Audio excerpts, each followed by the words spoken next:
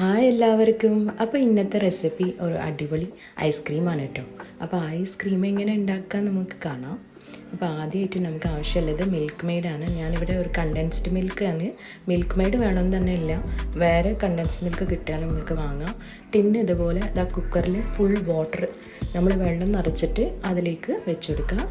ആദ്യം നമ്മൾ ഒരു വിസിൽ വരുന്നവരെ ഹൈ ഫ്ലെയിമിൽ വെച്ചിട്ട് പിന്നെ 20 മിനിറ്റ്സ് എങ്കിലും നമ്മൾ ലോ ഫ്ലെയിമിൽ വെച്ച് കുക്ക് ചെയ്യുക. ഓഫ് ചെയ്തിട്ട് നല്ലോണം തണുത്ത ശേഷം നമുക്കൊന്ന് ഓപ്പൺ ചെയ്താൽ അത് ഇങ്ങനെ കാരമലൈസ്ഡ് ആയിട്ടുണ്ടാവും. ഒരു ടിന്ന് കണ്ടൻസ് മിൽക്ക് ആണെങ്കിൽ ഞാനിവിടെ 500 ml ഫ്രഷ് ക്രീമാണ് കേട്ടോ എടുത്തിട്ടുള്ളത്. ഫ്രഷ് ക്രീം നല്ലോണം ഇങ്ങനെ ബീറ്റ് ചെയ്ത് മാറ്റി വെക്കാം. ഇനി നമ്മൾ ആദ്യം പ്രിപ്പയർ ചെയ്ത കണ്ടൻസ് മിൽക്ക് നല്ലോണം ഒന്ന് ബീറ്റ് ചെയ്ത് ഫ്രഷ് ക്രീമിൽ തന്നെ ആഡ് ചെയ്തിട്ട് നല്ലോണം ഒന്ന് ബീറ്റ് ചെയ്തെടുക്കുക.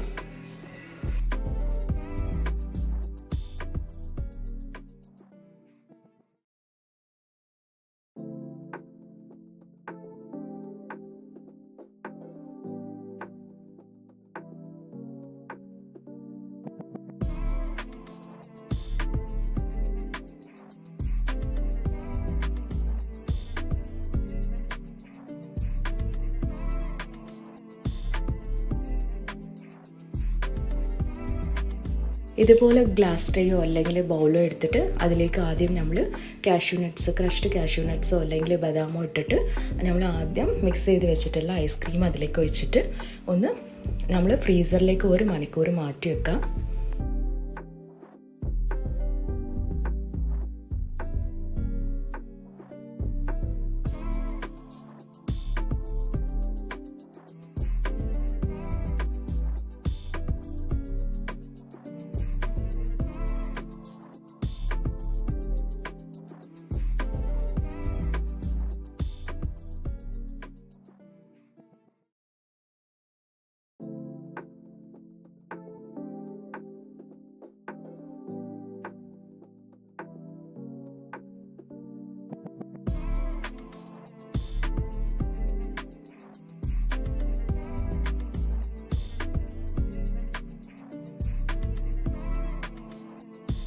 ഇനി നമുക്ക് കാരമലൈസ്ഡ് ക്രിസ്റ്റൽസ് എങ്ങനെ ഉണ്ടാക്കാൻ കാണാം.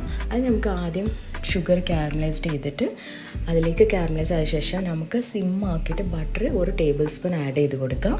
അതിന് ശേഷം നമുക്ക് ക്രഷ്ഡ് ബദാം അല്ലെങ്കിൽ പീനട്ട്സ് ആഡ് ചെയ്ത് കൊടുക്കാം.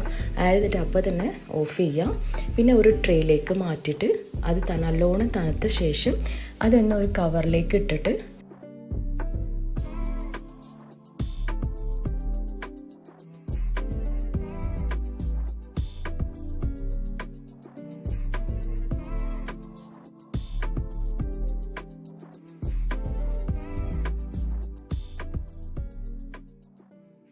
ശേഷം അതൊന്ന് ഒരു കവറിലേക്ക് ഇട്ടിട്ട് നമ്മളൊന്ന് നല്ലോണം പൊടിച്ചെടുക്കാം.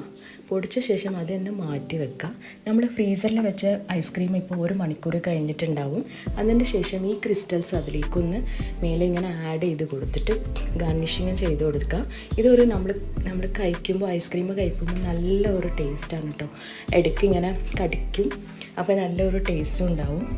അപ്പോൾ ഇത് ഗാർണിഷ് ചെയ്ത ശേഷം നമുക്ക് ഫ്രിഡ്ജിലോട്ട് ഒരു 4 to 5 hours അല്ലെങ്കിൽ ഓവർനൈറ്റ് നമുക്ക് ഫ്രീസറിലേക്ക് വെക്കാം.